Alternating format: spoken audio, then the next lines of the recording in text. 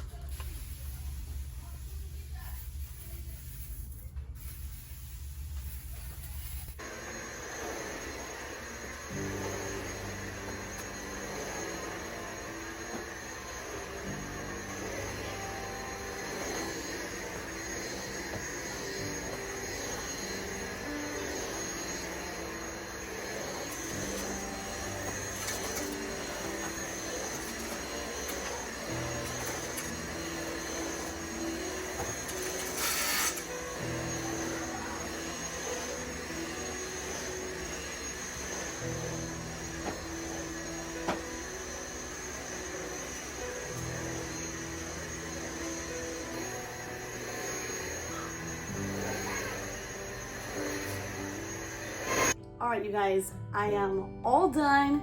The room looks so much better. I'm gonna show you the final result. And yeah, if you have made it this far, thank you for watching. I appreciate it. Please be sure to hit that subscribe button, and I will see you in my next one.